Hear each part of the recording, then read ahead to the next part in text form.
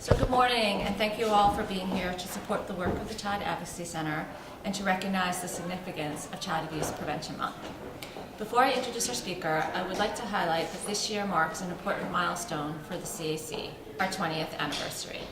So not only do we have the opportunity to look back at all we've achieved these past 20 years, but also we can identify ways that we can continue to improve and expand upon our mission, partnering to raise awareness around child abuse. There are many people to thank for supporting us over the years. Our Commissioner, Mike Piazza, and members of DSS, our County Executive's Office and members of the Legislature, members of our Management Board, and the Friends of Putnam CAC, and especially our multidisciplinary team members who work around the clock to protect the children of Putnam County. When I look around the room, it's remarkable how many people have been with us from the beginning. In a field particularly where turnover and burnout is the norm rather than the exception. This success speaks to the value of our partnerships, along with the extraordinary passion and dedication of our team members. When we opened our doors 20 years ago, we never dreamt how far we would come. And over the next few months, we'll be highlighting many of our achievements at various venues throughout the county. But most importantly is the fact that since opening, our team members have helped more than 4,000 children and their families heal from the trauma of child abuse. We know working in the field of trauma has a toll, and it's important for all of us to take time out of our busy schedules to rejuvenate, which I hope will be the case after hearing this morning's presentation. Our speaker, Mark Yarborough, knows a thing or two about burnout. Mark was elected to 5 terms as District Attorney for Lamb County, Texas. He served 20 years prosecuting everything from death penalty cases to DWIs. Mark's own story of burnout became the basis for his training and book titled, Give Him the Finger. Having taught thousands of people, Mark is considered a burnout expert and travels the world sharing his story and teaching his philosophy to help others avoid and/or recover from burnout. Please join me in welcoming Mark Yarborough in Putnam County. Hi, Marla. How are you? Oh, gosh, this is welcome. Crazy. Thank you. Thanks for having me. Am I supposed to look at you? Yeah, I just I was invited here to Putnam County and to their Children's Champions for Children's conference or breakfast, and just loved it. The people here are wonderful. They got all these pinwheels everywhere. I talk about burnout. I used to be an elected district attorney in Texas and retired, wrote a book on burnout, and it just kind of took off. And I love talking about it. Seems to be helping some people, and so that's what I'm talking to them about, and see if they laugh or heckle or cry or what they do.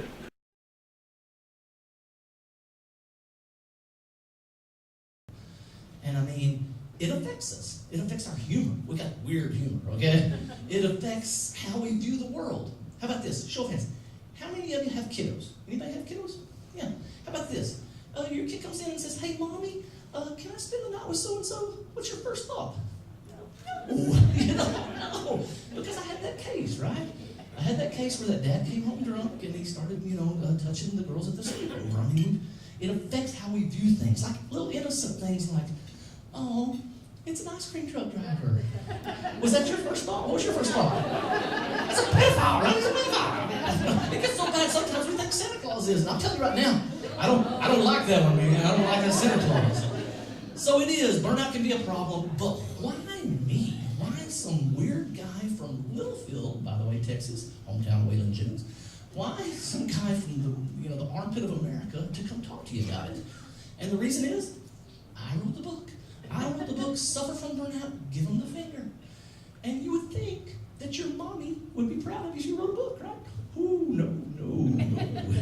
Not if you live in Texas and not if you name it Give Them the Finger. Ooh, man, I got all 3 names. It was like, Paul, Mark, Yarborough, you were brought up better than that. You change the name of that book right now. And I told Mom, and what I tell everybody is that FINGER's an acronym. It's an acronym for the 6 things you can do to help your buddy out. It's actually the 6 things you can do to avoid getting burned out yourself. And so that's one of the reasons I'm here to talk to you. And here's the other one. Remember we raised our hands, hey, do you know somebody that might be burned out? If you notice, my hand went up, right? That's because I know somebody. Woohoo! And the person that I know is right here. I was burned out. I was burned out for 7 years. I was burned out from the end of 2004 to the end of 2011. And, you can ask anybody that knows me, family. It was a bad time. And, there's so many crazy things about it. The end of 2004, Christmas time 2004, I had just been elected to my 4th term. I'd just finished 12 years in office. Christmas time, that's my son, Alex. He was a college freshman home for Christmas break, doing like every college freshman does, sleeping till 1 o'clock every day and getting his mom to do the laundry. My daughter, Ashley, junior in Louisville High School, in Texas, we did basketball tournaments after Christmas. I don't know if y'all do that here or not, but she had a basketball tournament after Christmas. She's going to her games, I'm going to there, going to work, and we're just, blowing and going. Ashley has a game on December the 28th that morning where she has to be there 30 minutes early. And so she starts to leave for a game, and I'm like, Ashley, you've got to block out in this game. This team you're playing is really aggressive.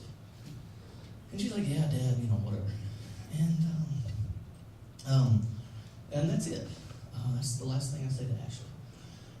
Because on her way into the game, she rolled her car one time, and she's gone. You get it, especially those who raised your hands that you got kiddos, you get it, everything changed, right? Everything changed. Nothing will ever be the same ever again. I mean, it just won't. It won't. And there's a lot of things about it that are crazy. I don't really even live in a small town of Littlefield. I live out in the country, farm, or ranch, or whatever you want to call it, about 8 miles out. So there wasn't live traffic that morning. There wasn't any traffic at all. She wasn't doing anything she wasn't supposed to. She wasn't speeding or texting or doing anything. But she rolled her car one time, had no broken bones, but the way she hit her head, it killed her. And, you want to know what happened, right? I want to know what happened. I still do. I mean, I never will, but, I do. And I bring it up every time just because I'm ticked off about it. Because 5 years after the fact, the car manufacturer that made her car issued a recall for the part that we knew it messed up. I mean, we had people look at the car. The lower control arm can come loose and cause loss of steering. And we knew it was loose. Maybe that's what did it. I mean, I think it is, but I don't know. Maybe a rabbit ran out in front of her, She's a kid, maybe she reached down to get something and overcorrected. I mean, kids do that, right? It's just hard not. It's just hard not knowing. Last 2 things about Ashley, and then I'm going to go on. So, I told you she had to be at her game 30 minutes early. So I'm going to go to her game, and then I'm going to go to work. So I started going into her game. And what had happened, a farmer was driving a tractor and had seen it happen, so he called 911. And so when I turn the corner, I see all my friends. I see my sheriff. And I see troopers that I work with every day. And I see EMS people that I've probably known them their whole lives.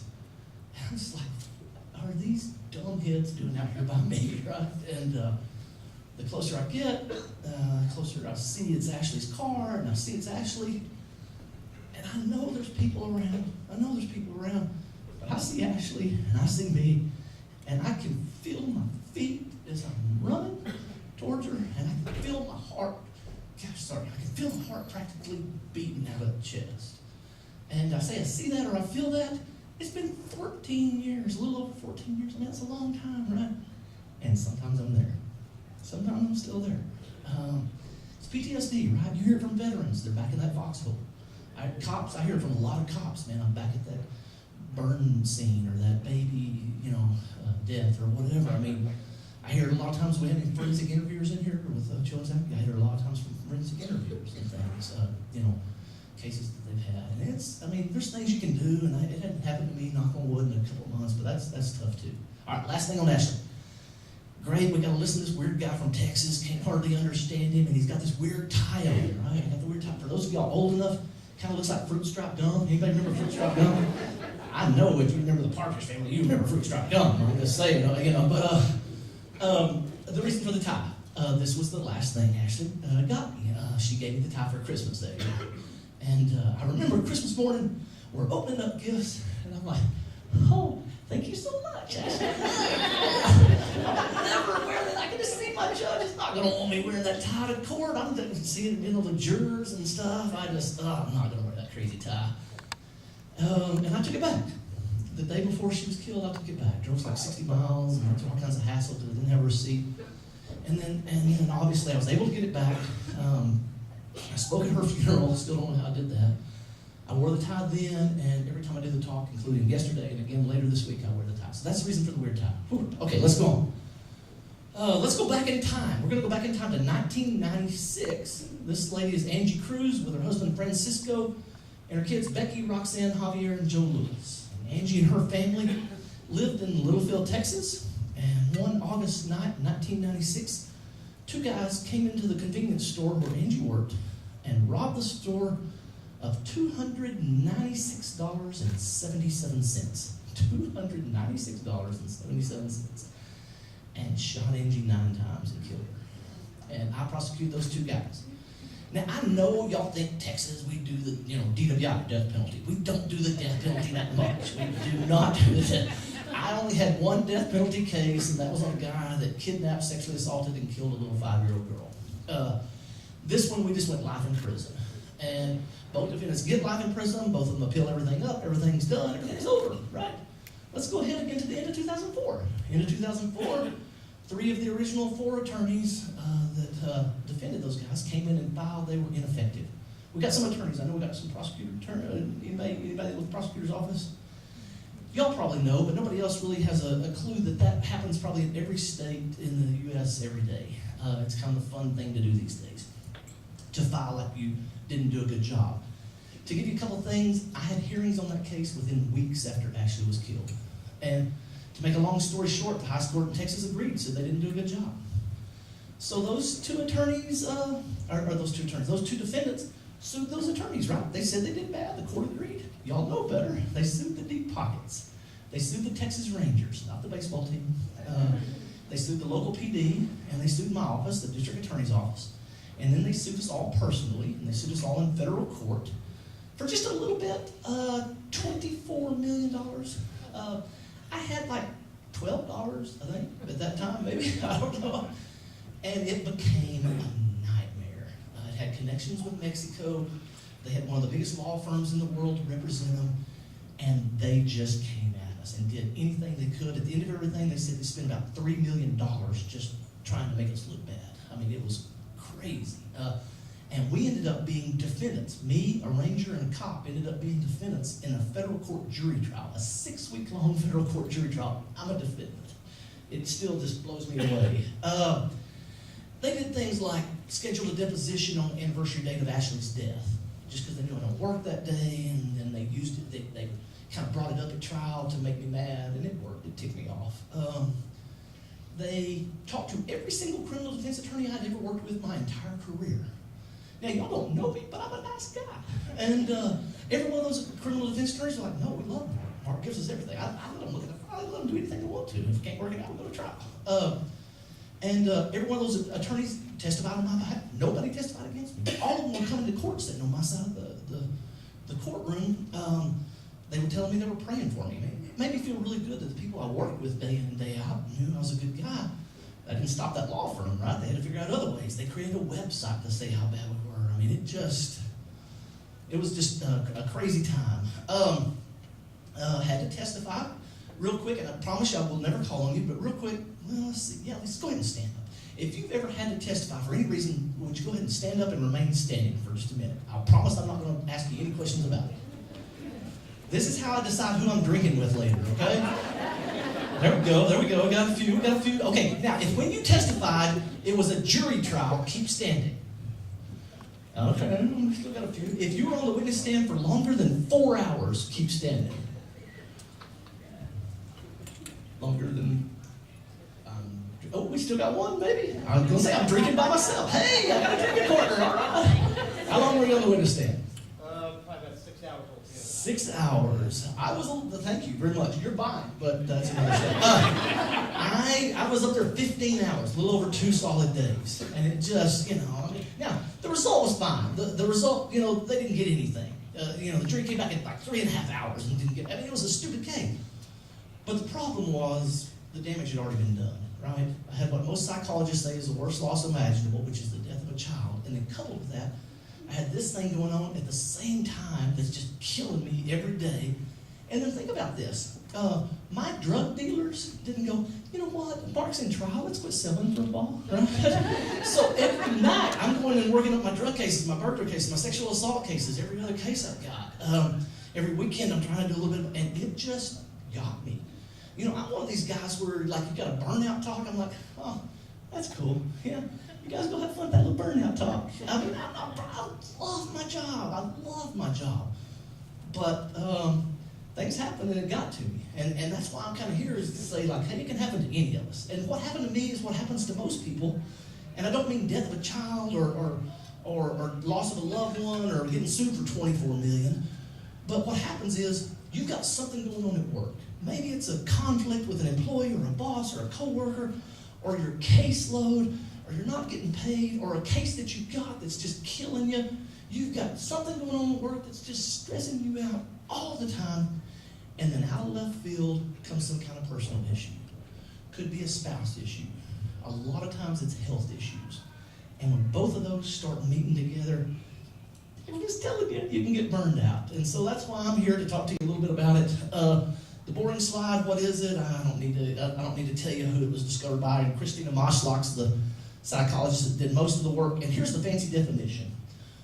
Burnout is a state of emotional, mental, and physical exhaustion caused by excessive and prolonged stress. I just want to talk about it a little bit. Burnout is caused by stress. Stress and burnout are different. You know when you're stressed out, right? You know when something's going on that... Let's do this. How many of you, show of hands, how many of you have now or have ever had a spouse? You know when you're stressed out, right? No, toilet paper goes over the top. It goes over the top. I mean, I just don't get that. I mean, but you know when you're stressed out, right? Well, the studies on burnout will tell you can be in burnout for years without realizing it. I was burned out for a couple of years before I realized it. You know something's wrong. You know you're not yourself, but you just don't know what it is. It's kind of like this slide right here. You know, I thought I was in a bad mood, but it's been a few years. I guess that's who I am now. There we go. And I don't know if the volume is high enough. Maybe we can hear it. I don't know. I love this next video, so hopefully you may have to listen hard, but it's a good video. We've got it turned up, I think, on my laptop as high as it'll go.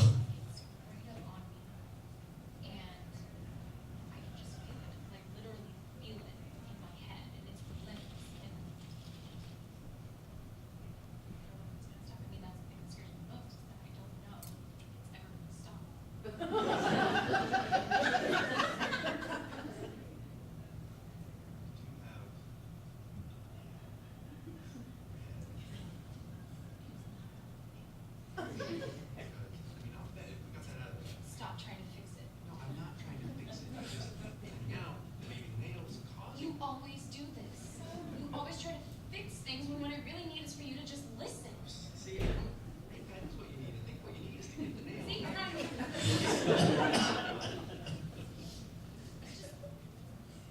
Sometimes it's like there's this achy... I don't know what it is. Sweaters or snacks. I mean, all of them.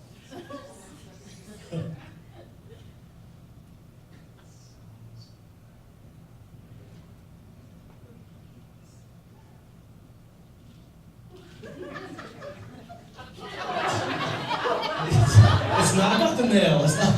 But really, truly, that's how you feel. You know something's wrong. You just don't know what it is. I'm going to really quickly go through the symptoms of burnout to try and get us on time. I'm maybe using a little bit more time than we need to sometimes. But know this, on the symptoms of burnout that I have, I've got business cards with my email. You're welcome to email me for a PDF form. I have a few extra copies of the symptoms, so if you ever want those, they're up here, or you can get them. So you don't have to write them down right now. So let's just go through them real quick. What about this first one? Does he look happy? When you're burned out, you're just ticked off all the time. Everything makes you mad. How about this one right here? There's like 3 people in the back like that right now. Wow. That symptom, wow, y'all really turned around and looked. That's messed up. That symptom is, are you tired all the time? You just feel tired all the time. How about this one right here? Motivation. It's not that I'm lazy, it's that I just don't care. That symptom of burnout is you don't care as much as you used to about what happens either at home or at work. It doesn't really matter whether it's home or work. You just don't care as much as you used to. How about this one right here? Kind of like being tired, right? Or after a long day at Disney World, you are just completely worn out.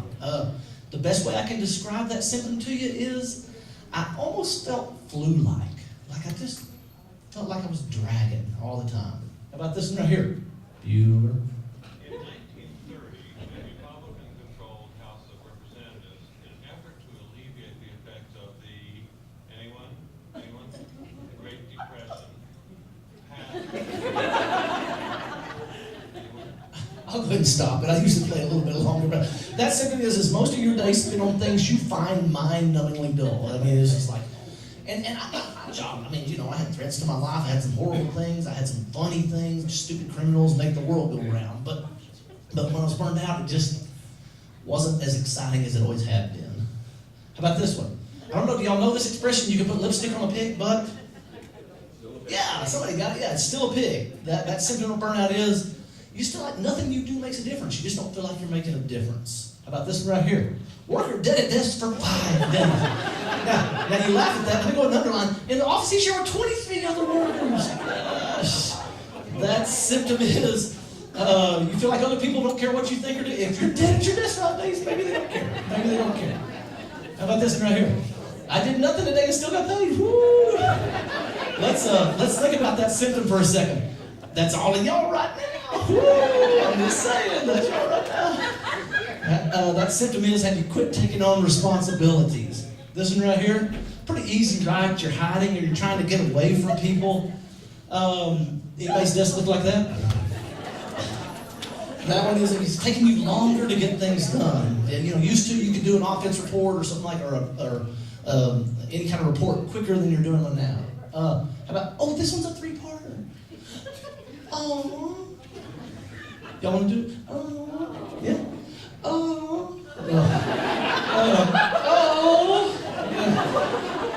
that symptom is, are you trying to cope by using things like food, alcohol, or drugs? You're just trying anything you can to cope. Put whoever you want to at the top of this one. My office always put district attorney, but you can put whoever at the top up there. That symptom is you take things out on others. You're just taking things out on others.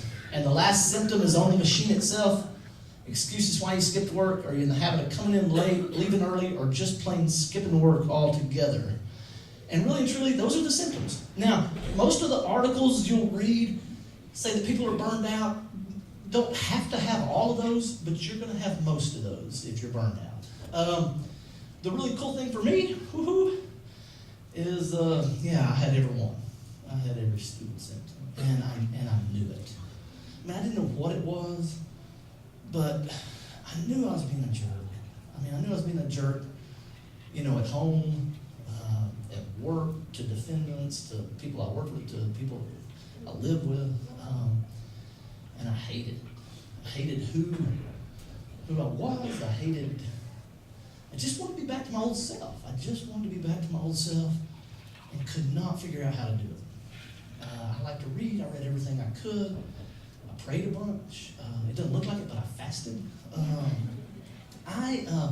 I'm a guy in West Texas, and I went to like a depression clinic thing. I mean, I'm grasping at straws trying to get out of it. I just want to get out of the hole, and nothing seemed to work. And a lot of people have that same problem that they're burned out. They're not going to tell you, hey, how you doing, Bob? I'm doing great, thanks, man. They're not going to tell you, but they just want to be back to their old selves. And that's where my stupid finger thing comes in. Because, and I know it's weird, but on December the 8th of 2011 at 4 o'clock in the morning, I wake up and this thing is in my head. And I've never had anything like that before or since, and I know it's weird, but for me it was like an answered prayer. I wrote it down right then, started writing the book that day, finished the first draft in 10 days. And I've never written anything. You could ask my mom, did he write his high school term paper? No. You know, I don't know. But it was just flowing. I went to my office, and I hadn't had an opponent in 20 years. They loved me out there as DA, and I loved doing it. But I went to them and said, hey, you know what? I think I'm not going to run again. I'm going to talk to people about burnout. And they're like, have you been drinking, Mark? You know, I mean, and so that's what we're going to do. We're going to finish the rest of the talk talking about this crazy finger philosophy. Obviously, the first letter is F. And sometimes if it's teachers I'm talking to, I'll ask them. When the cops are in the room, I don't ask. So I'm just going to tell you, F stands for fun.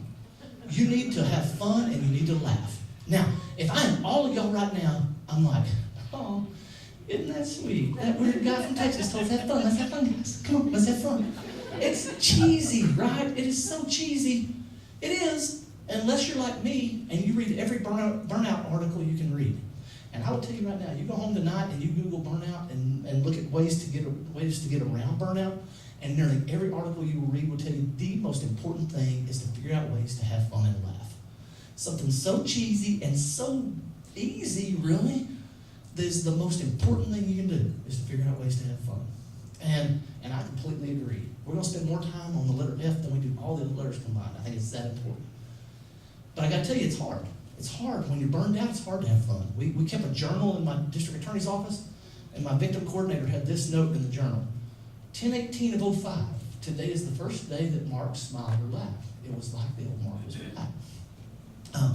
That's 10 months since Ashley was killed before I smiled, you know?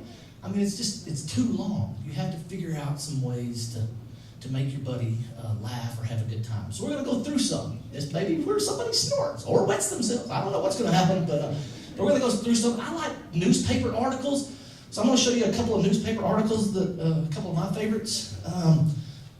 This first one, it was sad. Right? Oh, the piglets died. And then I read the headline down here.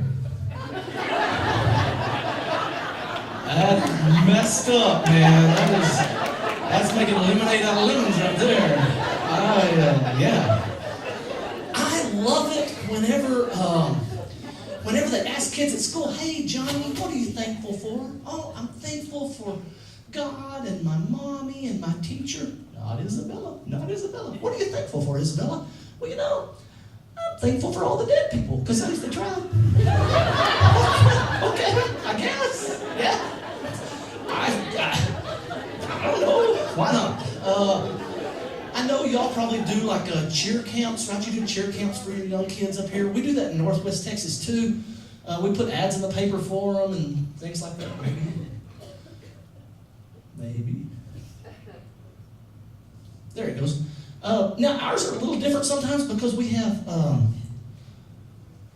porn routines in ours. I don't think that's in everyone. I don't know. I mean, if the wheels are turning, I think that was supposed to be palm routines. Somebody lost their job. I'm just saying. Somebody lost their job. If you came in here today and you don't know whether you're an optimist or a pessimist, well, this next slide will be able to tell you. And the way you determine it is how you read. You either read across or you read up and down. So the next slide is either you matter, don't give up, or you don't matter, give up. I don't know which way. I mean, that's up to y'all. That's up to y'all. I love Saturday Night Live clips, and I'm going to show you a couple of SNL clips. I think I'm going to show 2 today to kind of speed things along a little bit. Anytime I do a talk where it's like children's advocacy or children are involved, I have to do the Peyton Manning clip. So here's the Peyton Manning clip. Can be hard to remember us. Sometimes it helps to have an adult around. That's why Peyton Manning takes time out to volunteer with local youth groups. You got ready to play some football. Yeah! Put our hands in. We're going to have fun. We're going to encourage each other. Teamwork on 3. 1, 2, 3. Teamwork! Peyton uses football to teach valuable lessons of communication. Check. Off the sail. Pete, watch the blitz. Round 55 razor. Sit up. Oh, get hope.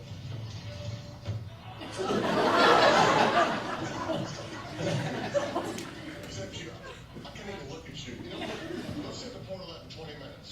That's right. You stay in there. For the hands-on guidance a mentor can provide. Then you just push it a little further and you should hear it click. Oh, Chuck, we got him.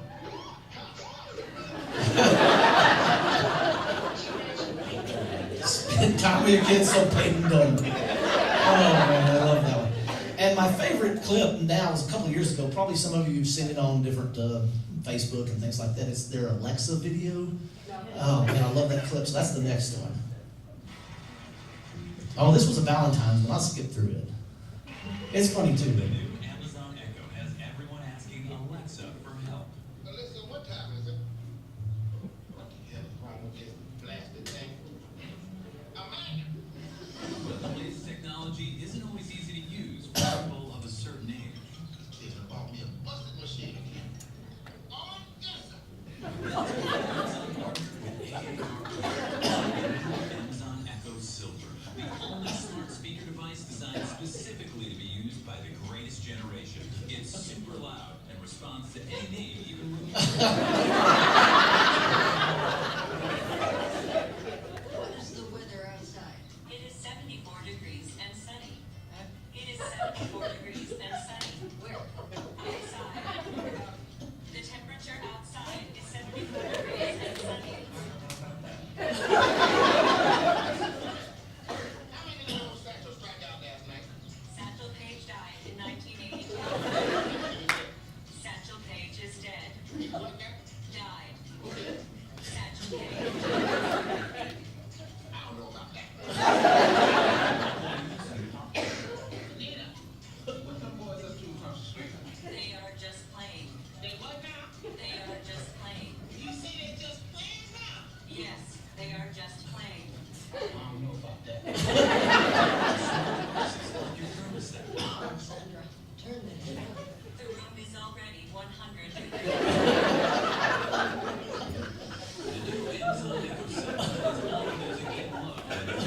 Angela playing black jazz. Playing,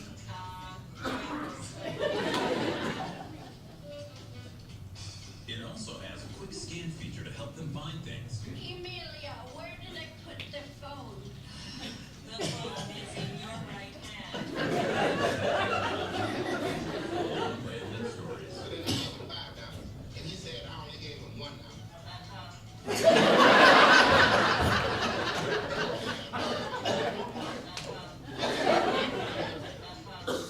You tell me. Oh my gosh. The temperature's already 100 degrees. I don't think so. There are literally like a billion YouTube clips. You're bound to be able to find one that makes your buddy laugh. I'm going to show you 2 or 3 today, 2 or 3 of my favorites. The first one's one my mom sent me. Before I became elected DA, I had a private law practice, and my mom worked in there part-time. And she sends me this clip. She goes, "Mark, this is me if I ever go back to work."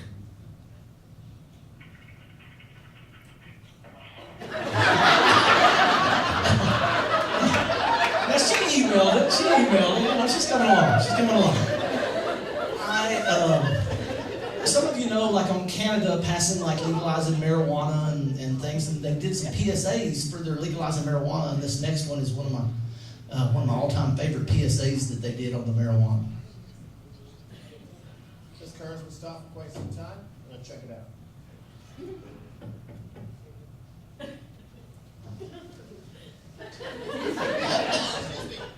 You've been smoking any pot today?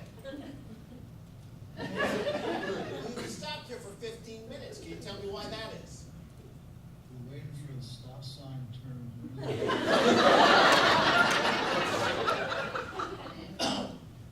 No, I said, how high are you? Hi, how are you? Okay, I am going to have to conduct a pot sobriety test. Oh man, I'm too high for that. Hey, is that a plethora? No.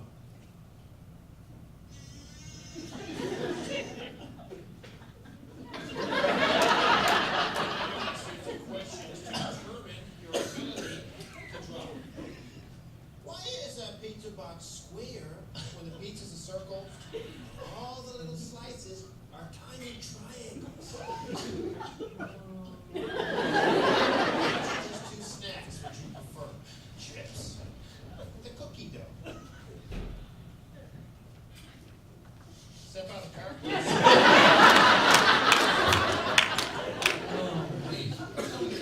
That is bad.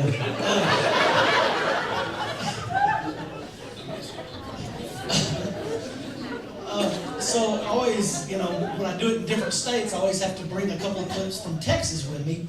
And I know y'all have, you know, different sayings that you have up in New York. We've got our own sayings down in Texas, like this saying right here. There's an old saying in Tennessee, I know it's in Texas, probably in Tennessee, that says, fool me once, shame on.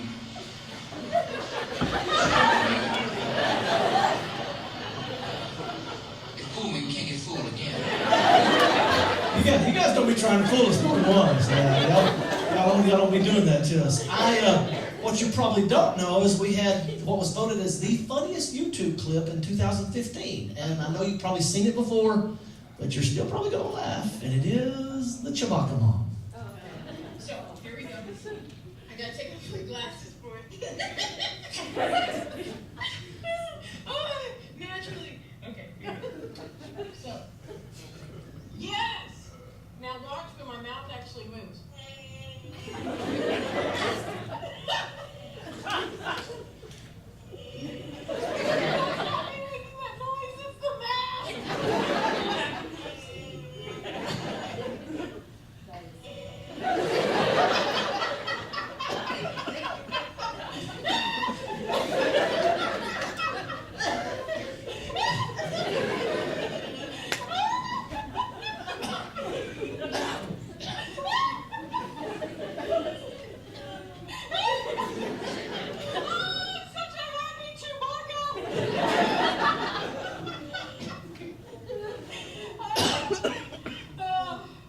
This is worth every penny!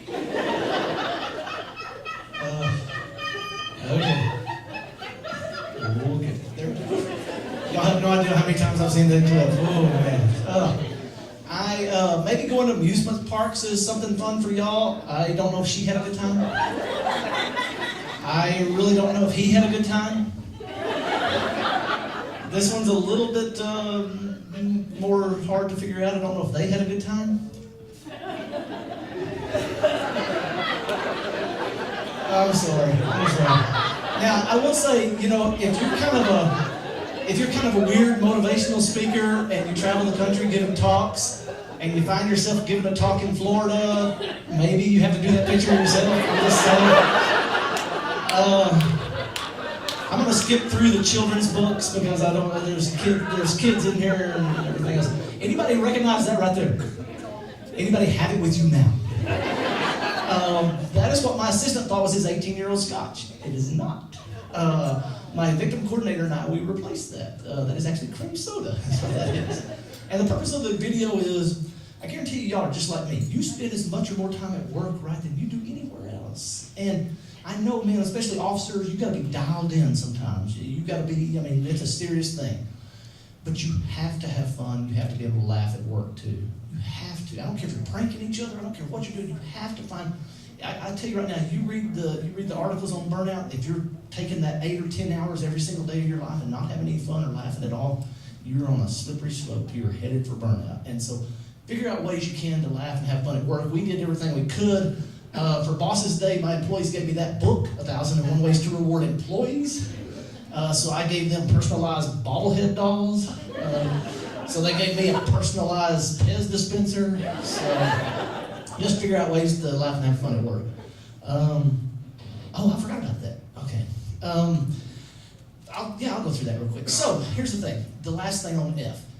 Don't be afraid to make fun of yourself. Okay? Life is short. Who cares? We all do dumb things, right? Just laugh at yourself. It's too short not to laugh at yourself. And so I'll give you 2 examples of me laughing at myself. The first one is, my wife does not get to travel with me very often. She works. Somebody's got to make money, right? But she will text me every time before I talk. So I text this morning, she texted me again. And it's, hey, spit your gum out, get some water. A lot of it's sexual, but no, I'm kidding. But she always says, zip up your pants. It's always in there. And I'm like, do I have a problem? So if you've seen me doing that a couple times, I don't know, maybe I've got a problem. The other thing, I get it. Y'all can tell I'm not the skinniest guy in the world, right? I'm not the skinniest guy in the world. And I don't know if I knew how bad it was until this clip right here.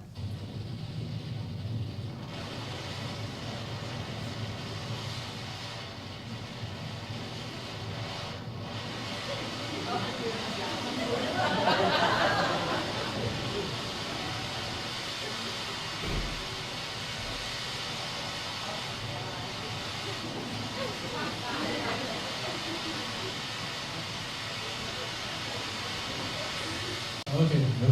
I know it's here, but it's everywhere. Gosh, it's everywhere. Don't be afraid to make fun of yourself. I just stands for remember what's important in your life. Have fun, and remember what's important in your life. And the easiest way for me to tell you how to do that is that dumbhead kid right there, my son Alex. It's crazy how smart that kid is. I mean, it's just, it skips a generation, trust me. But he's also just crazy. You never know what he's going to do. This is what he made me for Christmas 2 years ago. I get an email from him one June or July that says, "Happy birthday, Merry Christmas, Dad." And I'm like, what? It's not close to either one. And you remember me telling you how that big, huge law firm, one of the biggest in the world, that sued me for $24 million, how they created a website to tell me how bad, how to tell the world how bad I was? They forgot to renew their website, and Alex bought their website. And it says all kinds of nice things about me on there now, but he just does crazy things like that. He has been very blessed to give 3 different graduation speeches. That's when he gave in law school. And in all 3 graduation speeches he's given, he tells people how to remember what's important in their lives the same way that I always told him. And it's the same way that I tell everybody else. And the way you remember what's important in your life is you pretend that your life, that you're juggling 4 balls all the time. That's your life. You're juggling 4 balls. I don't keep with the microphone, but you're juggling 4 balls all the time. Go ahead, do it. You're juggling 4 balls. I'm kidding. You don't have to do it with me.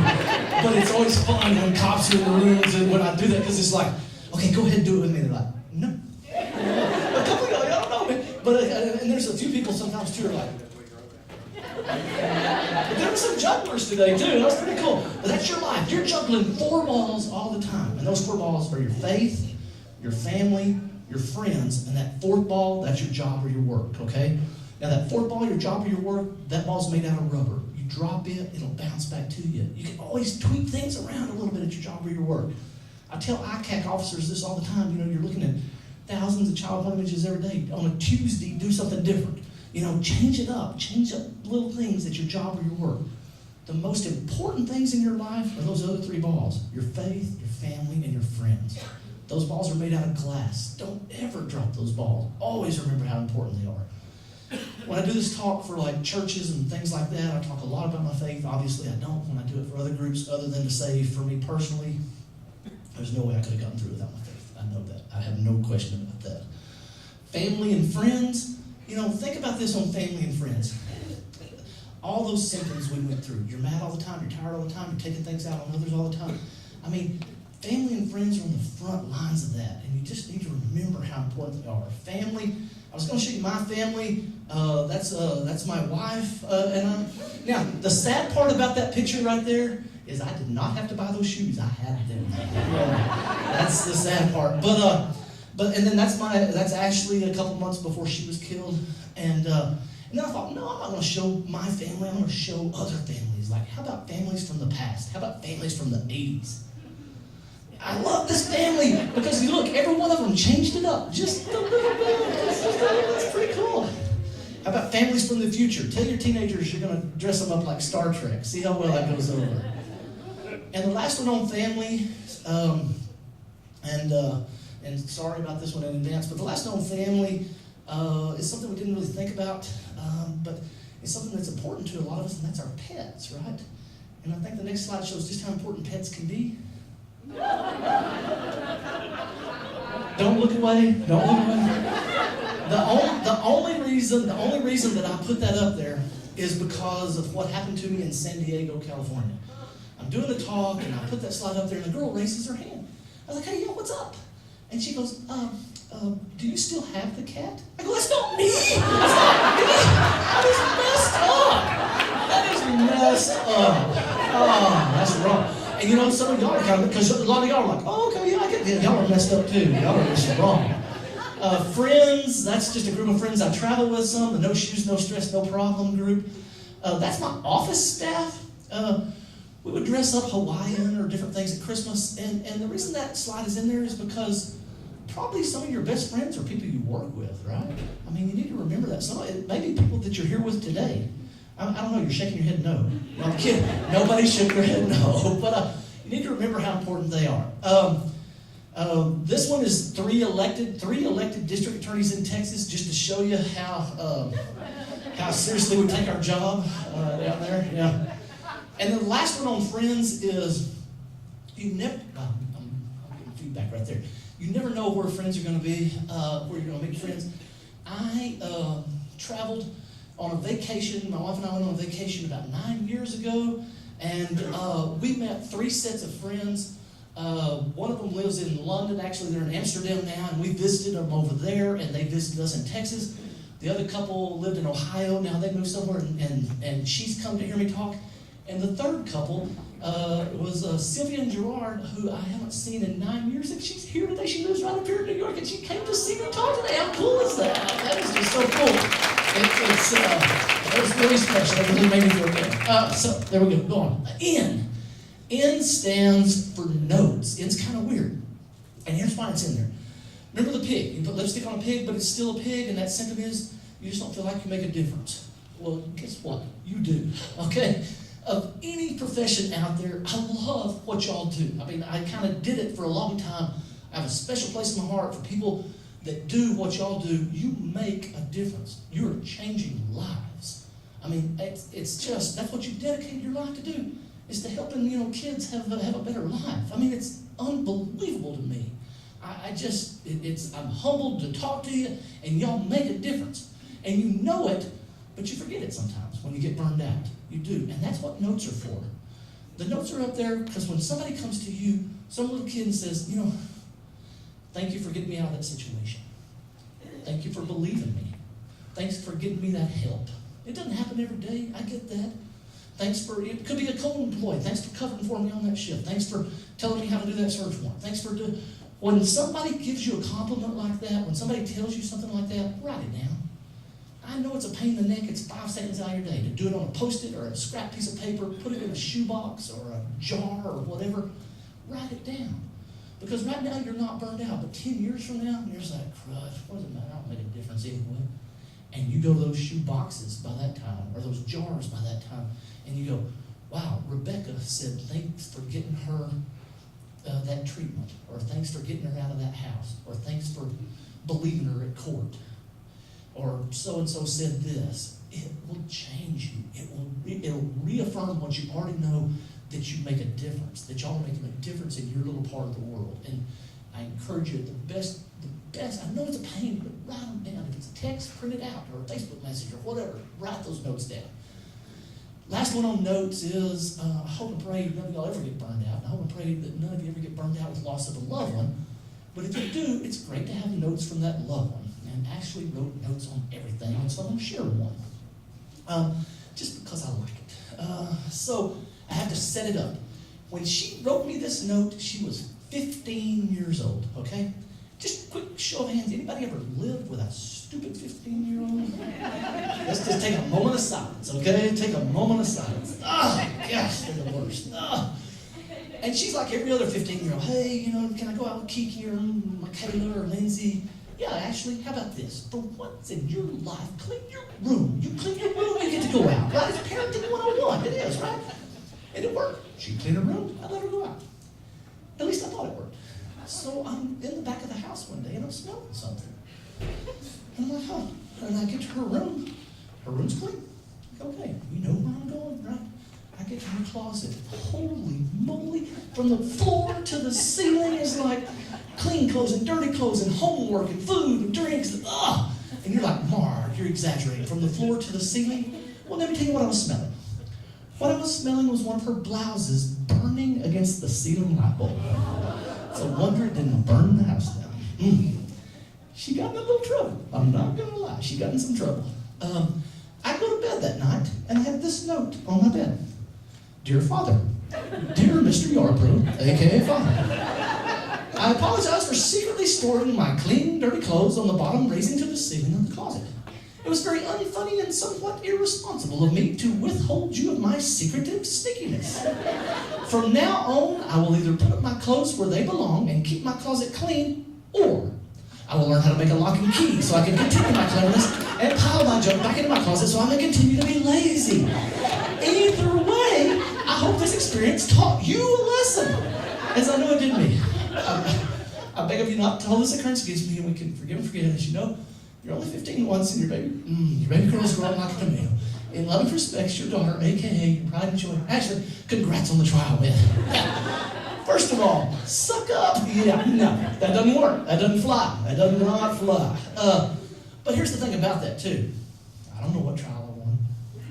I could care less what trial I won. I know that I gave it everything I had. I know that I did everything I could to see that justice was done on that trial, because I did that every time. But I could care less what trial I won. That's that fourth ball, right? That's that fourth ball. Sorry, but the note means more to me than anything. Let's go on. G. G stands for giving back. I think it's important for people that are burned out to give back, and here's why. Just like I was when I was burned out, I'm like, why me?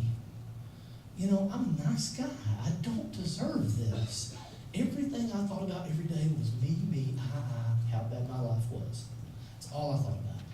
And when you start giving back, and I don't care if it's to a church or an organization that you're passionate about, or doing a marathon, or whatever you're doing, when you start giving back, it shifts that whole emphasis. You start thinking about other people, and you quit thinking about how, quit self-pity, you quit thinking about how bad your life is.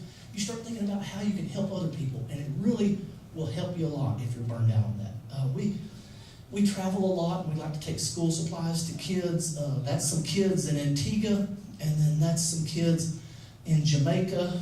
And, they've got no glass in their windows. They got rebar sticking out everywhere. And those kids are coming up to you and hugging you like it's the best. Hey, that's a children's advocacy shirt on, by the way. Woo. They're coming up and hugging you like it's the best day of their lives because you brought them crayons, things like that. It will just change you. I'm just like, gosh, I'm wallowing every day how bad my life is. These kids have horrible conditions, yet they're happy as can be. It really will help. E. E stands for escape.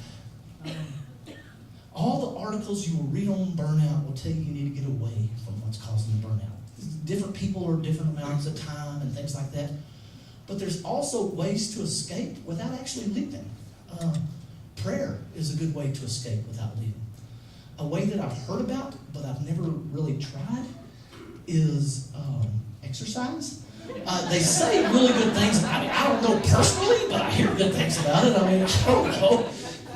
Who knows? But right? If you're walking or running, you're sweating out some of that stress. It's really, really a good way to get rid of some of that stress. There are like 4 or 5 articles on burnout that tell you one of the best ways to escape or to get away without leaving are naps. Take a good nap. Man, I am all in with those articles. I like those articles. Every time I was waiting on a jury verdict for 20 years, that's me taking a nap under my desk. I love taking me a nap. But probably the best way to escape without going anywhere is brought to us by that great American philosopher, Happy Gilmore. Maybe it is.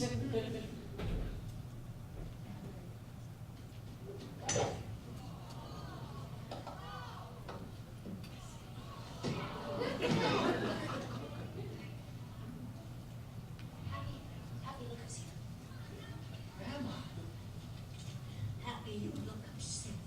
What's wrong? I don't say. I stink. I'm not going to win. That's all right. The house isn't important. It's just the house. Stop fraternizing with the help, Gilmore. Just hit your ball if you can find it. Hey, Grandma.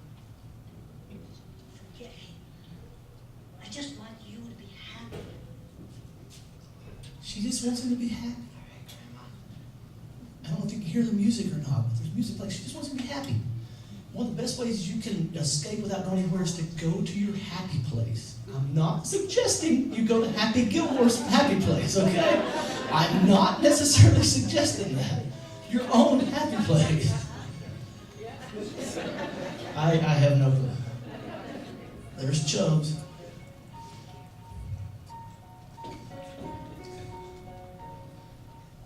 Shut up, Happy. I feel bad about you.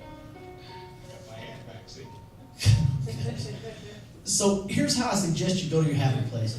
I guarantee if we went around the room, every single one of y'all have at least one, probably more than one, of that favorite picture, favorite photo.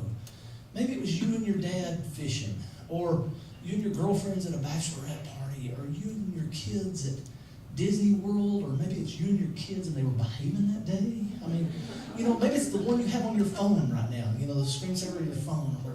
And I recommend you keep that picture wherever you spend a lot of time. Mine for me was my feet on the beach in Jamaica. I remember most things about that day. There may have been some drinks, but I kept that picture, as my phone screensaver, laptop screensaver, iPad screensaver. I kept it at work, at home. If you spend time in traffic, keep it in traffic with you. So when things start going crazy, you can just look at that and take it in and remember how good things can be. R. Yay, we're going to get through. Woo. R stands for remember. We just need to remember how good we have things, right? I mean, it's crazy. There's a 2011 study. The average annual worldwide income in 2011, the average annual worldwide income was $7,000. And only 18% of the people in the world lived in a country that made that much. And I'm all the time whining. Am I getting a 1%? Am I getting a 2% raise? I mean, we have things really good, and sometimes we just need to remember we're in a nice building here, got breakfast and everything. I mean, it's just, we've got nice clothes on, you're going to get in your nice car, go back to your nice home. We just need to remember how good we have it. And I know sometimes maybe your job stinks. Maybe it does sometimes, but does it stink this bad? Those are deodorant testers. Oh, yeah, that's a nice job. I know sometimes maybe you have to put up with a lot of crap. Do you have to put up with that much?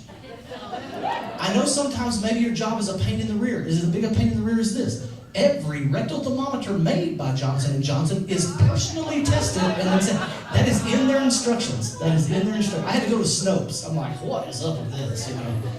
But what I always tell people is, I just want things to run smooth, right? I think that's what we all want. I just want things to run as smooth as butter. I mean, I just want my life to run as smooth as butter. And I get it. I completely get it. My crazy finger philosophy, you got a friend or a buddy that might be burned out, maybe it doesn't make things run as smooth as butter for them. Maybe it doesn't help. I get that. But I also tell you, try something. Because they're in that hole like I was, and they want to be back to themselves. They just can't figure it out. And the reason that, I've been blessed with comments on why the finger thing might work is because it's easy.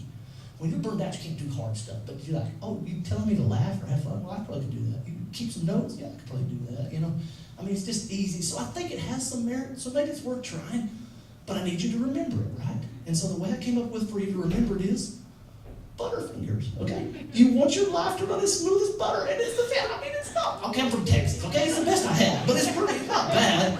But so what I do every time I do the talk, and Marla, I think, and then we're going to help me a little bit, is I pass out Butterfingers to everybody. So, I don't know, they're in like bags of 50 or so probably just like 2 bags. Might not need all 3, but while they're doing that, let's finish up real quick so we can get on to the important thing, the award. Woo-hoo. I like the little thing too. So real quick, while we're finishing up, what does F stand for? Yeah, have a little fun. I remember what's important in our lives. N, keep those notes, maybe. Yeah, G, or play golf. I mean, we're on a nice golf course, do whichever. I mean, I'm good with both. E, anybody E? Escape. Woo. It was close. Escape what's going on. in R, remember how good we have it. Listen, I know I've got a couple of slides on there that are kind of a little risque and a couple of things. If I have ticked y'all off, if y'all are mad at me, or if you have any complaints at all, just be sure and write my mom. That's her email address right there. You're welcome to get a hold of her. I'm sure she'll get back to you, and yeah, it'll be fine. I'll put this up at the end. You're welcome to get a hold of me anytime you want to. I've got business cards with my phone number, email, all that kind of stuff. I'll put that up at the end again too. I've got flyers, if anybody wants a flyer. What are these things on the side called? Bookmark. Right there, that's the mind of Mark Yarborough right there. Yeah. I've got bookmarks if anybody wants them. I did a talk yesterday where I had brought some books, and I still have some left over. If anybody wants one, they're like $10. You can get them on Amazon too. That's not what this is about. I've already said this before, but last thing before I sit down, guys, I truly mean this. I do this talk for nurses and doctors and all kinds of companies and things. I love this kind of group because y'all are my people. You're people that I've worked with for 20 years, and I truly mean what I said earlier. Y'all are making a difference. Don't just, forget that. Don't just get out of here and think, okay, we're just doing our job. I mean, you're making a difference. You have dedicated your life to changing lives where you live. I mean, what are we here on this earth for? There's nothing more noble than doing what y'all are doing. And so, yeah, thanks a lot for having me, for laughing with me a little bit, and for putting up with me. Have a great rest of the day.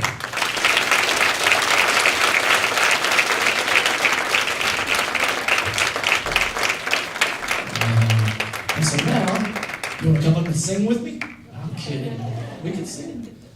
And here's Marla coming to the stage now. They hope.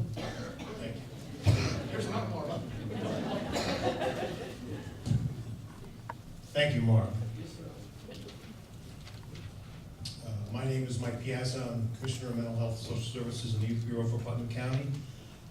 Mark, I want to thank you for sharing with us your story, for validating grief and trauma and recovery and showing us recovery, and for reminding us why we're here and what we do. I appreciate it. Thank you very much.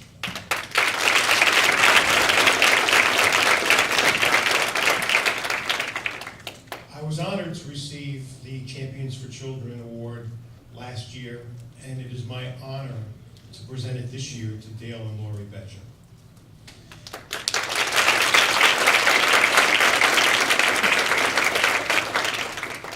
25 years ago, I became Commissioner of Social Services and Mental Health, and one of my first official acts was an awards ceremony to honor our foster parents. And at that time, I recall honoring Dale and Lori at the time, thanking you for the work that you had done for us. And 25 years later, we are still honoring you for the work that you do, and I think that that is a real testament to what you've done. And thinking in terms of burnout, one thing, you've never burned out. You've always been there for the children of Putnam County, and it's really an incredible thing, and we appreciate it, which I'll talk about, we'll continue to talk about for a few minutes. I just want to spend a few minutes talking, explaining about the importance of the work that Dale and Lori have done for Putnam County and for the children.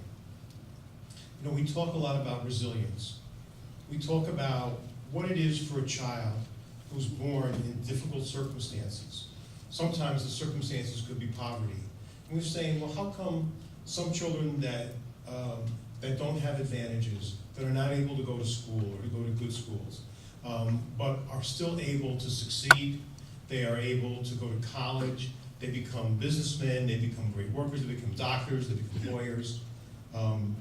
What is it about them that makes their lives differently than other children who are also born into poverty, who are not able to succeed? What is it about children who are victims of domestic violence, have witnessed violence themselves, witnessed or experienced it themselves? Children whose parents have neglected them or abandoned them or have been unable to take care of them. What is it about some children who have difficulties in life as they grow up, and others are as successful as anyone can possibly be? What's the difference between, we talk about it all the time, we try and consider it, if we could package it in a bottle, could we make an elixir out of it? But when it comes down to really is connection. What is it that helped you, Mark, in your time, the connection to people and to your family?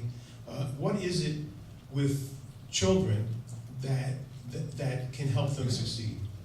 And what I've experienced in knowing our children that have gone and that Dale and Lori have taken care of is that what they've had, and they've lacked a lot when they came into the foster care system, but they had a role model, and they had consistency, and they had constancy, and they had love.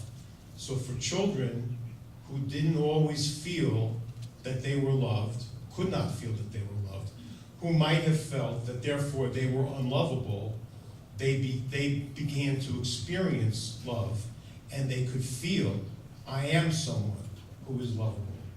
And Dale and Lori have taken children who've had all kinds of issues, physical issues, emotional issues, not just abandonment issues, not just reunification issues. And they have never shirked from the responsibilities, always done a wonderful, wonderful job. 25 years, they have been foster parents for over 60 children. They have adopted 9, and they have 3 biological daughters of their own. They continue, I thought I heard it. They continue to support the Department of Social Services by providing training, and our staff, and I guess this is the greatest honor, our staff adores you guys and loves you. So on behalf of the CAC, it is my honor to present you with the Champions for Children's Award.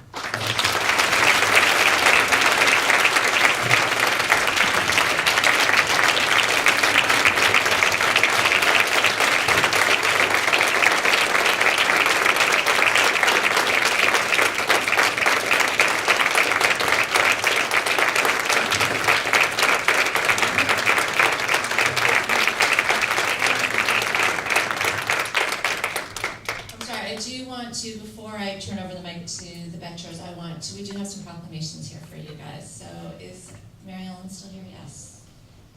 And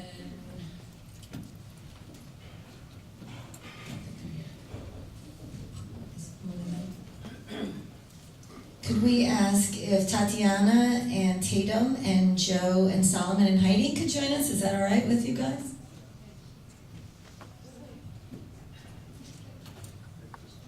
And Kristen. All right, 5 out of 6. So I had the opportunity to greet the Betchers earlier and to meet their beautiful family. And on behalf of the people of Putnam County, it's with great pleasure that I sign my hand to this proclamation. And thank you so very much. The words that Mike Piazza, our Commissioner of Social Services and Mental Health, on behalf of the people of Putnam County and the whole team, we thank you from the bottom of our hearts for all that you've done for these beautiful children here and the life that you're going to give them here. And wherever they may go, they'll know that they had a home, and that's the most important thing. Thank you.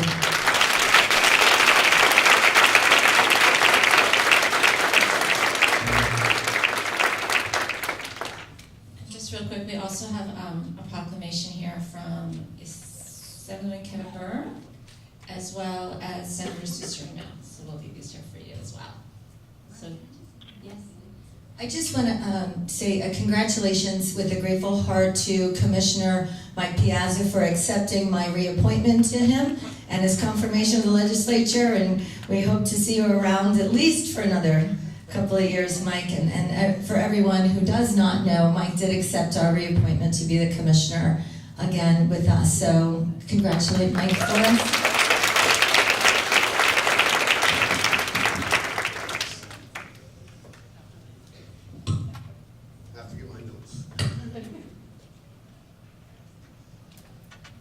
Now, we found out about this award a while ago, and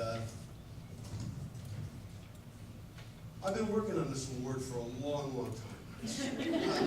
I'm working on this speech for a long, long time. As a matter of fact, I started it last night. Now, I'm a procrastinator, but I think a shirt that my son bought the other day sums it up best. He's not a procrastinator, he is a bufferer. He's buffering. So as I work my way through this speech, remember, I'm just buffering. So I'm supposed to say, hey, how's everybody doing this morning? Now I sound like Seth Meyers.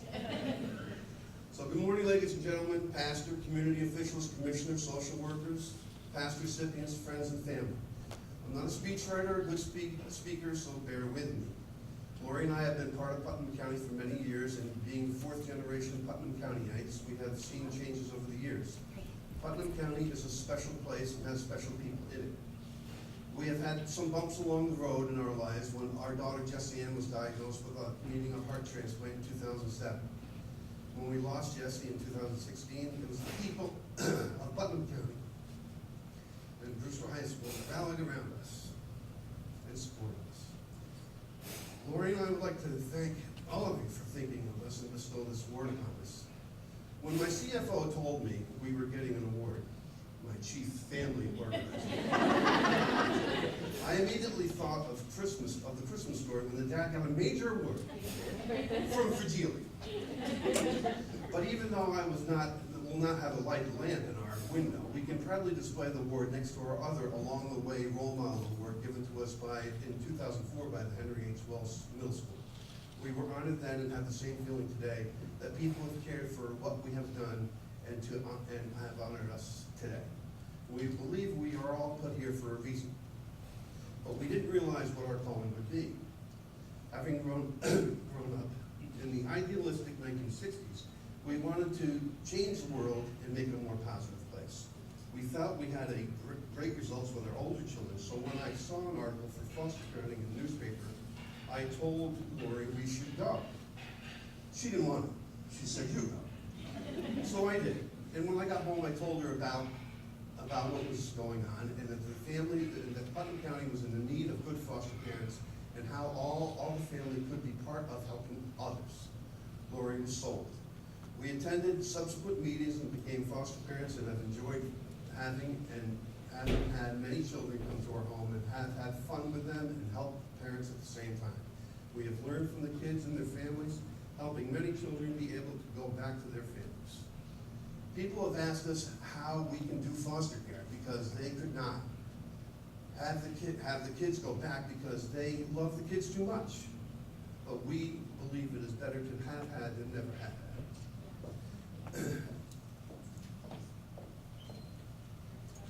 We have been able to adopt because of doing foster work. We have had many good years and fond memories of our work in foster care. Graham Greene once wrote, "There is always a moment in childhood when the door opens and the future is let in." We hope that we have played a part in letting the future into many children. Lori hates to give speeches, but afterwards, I would like to offer my CFO to answer any of your questions as she is an excellent conversationalist. So on behalf of my entire family, I'd like to thank you all very much for this meeting.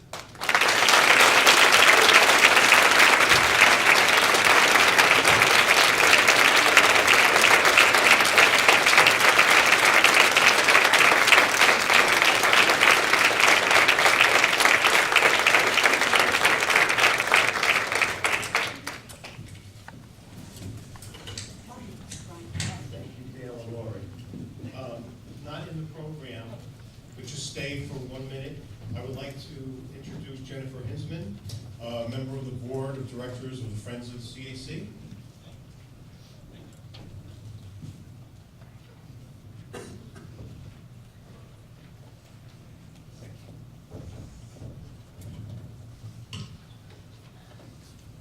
So we've got a little surprise here. As you all heard earlier, the Child Advocacy Center of Putnam County is a child and family-focused facility providing comprehensive, multidisciplinary services to children suspected of being abused. More than 4,000 children have been, and their families have been helped since the CAC opened its doors 20 years ago. The Child Advocacy Center of Putnam County was established in 1999. Congratulations to Marla Berla for her leadership for the past 20 years.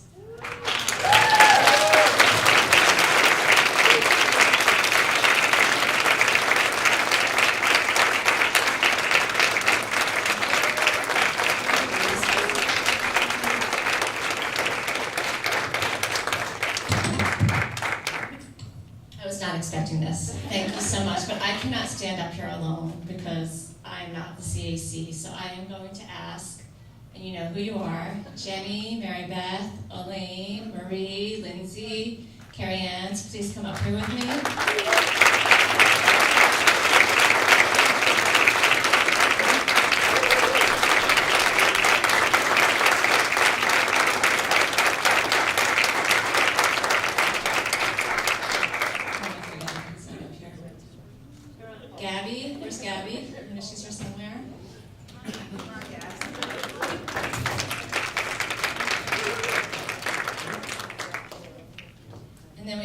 all our partner agencies and team members.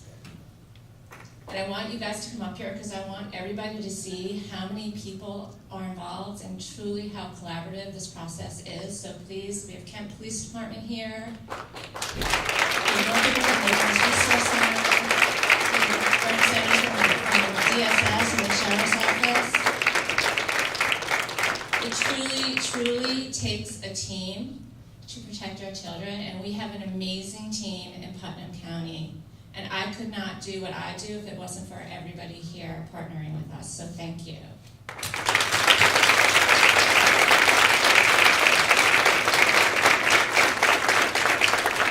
So I think that concludes this morning. So again, thank you all for taking time out of your busy schedules, and go back to your offices and have some fun.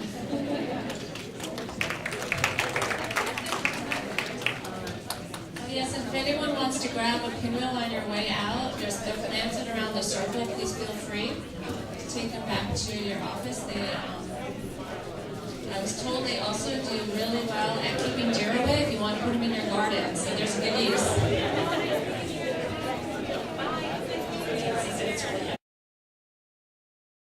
Tell me what you thought of the ceremony? Sure, it was a great morning. It really was.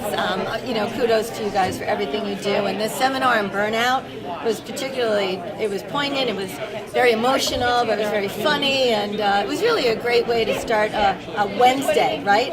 Hump Day here in Putnam County. But I can't thank you guys enough. And congratulations on 20 years and for honoring Marla, which I know she was completely humbled and surprised by.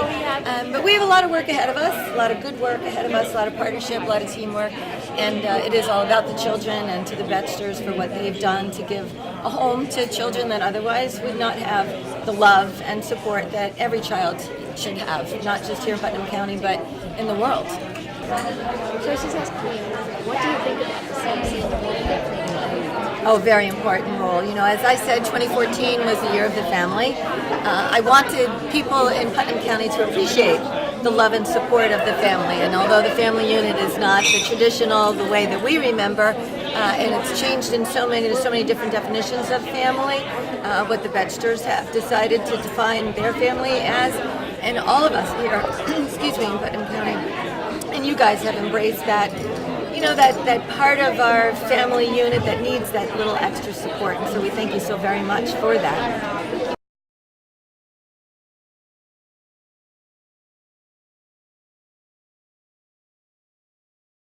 Hi, Mike, can you tell us about the breakfast today? Tell me a little bit about what you thought about the event. Well, we had a really wonderful day for breakfast. First of all, it's a beautiful day outside, and it was a beautiful day inside as well. We honored Dale and Lori Betcher as our honorees, the Champions for Children, and they're a group, they're a couple that have taken care of foster children, over 60 foster children over 25 years. They've adopted 9 of our children, and they're just wonderful people and so deserving of the award. They've provided support to our kids that really needed a loving and a steady hand, and it's been wonderful. And then Mark Yarborough was our keynote speaker, former district attorney of Texas, and spoke very eloquently with a lot of humor, but spoke about grief and burnout and trauma and recovery from that as well by using humor. And so it was a really, really great day. One more question. I want to talk about, it is the 20th anniversary of the Child Advocacy Center. Yeah. So I was hoping you could talk a little bit about the CAC and the role it plays in the community. You know, it's been 20 years. It seems like yesterday that we formed the Child Advocacy Center with strong support of District Attorney Kevin Wright at the time, Sheriff Thorburn, all the County Executive Bondi, and that support continues to this day with County Executive Marion Liddell, and Bob Tenney, our District Attorney, and Sheriff Robert Langman. So it's been a wonderful 20 years. What the CAC provides is for those children who have been victims of domestic violence, victims of sexual assault, or of crimes, provides a safe, loving atmosphere, caring atmosphere, and a safe atmosphere to be questioned by police, by law enforcement, by district attorney. We provide counseling, provide trauma services, we provide victims advocacy for the children and for their families. And the CAC is just a really wonderful thing. as you well know, being our public relations person, our advocate at one time. Have a great night. Thank you, Bye-bye. Crystal. Thanks. So, yeah, it's been a wonderful experience to be part of the CAC for 20 years.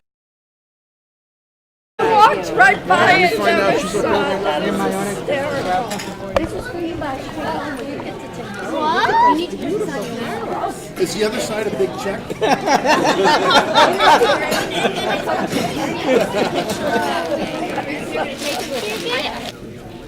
Do you want to make any comments? What did you think of the breakfast? Did you enjoy it? Yeah, I think it was great. It was an honor. It was great. And the kids loved it too. Great. Thank you so much. Thank you.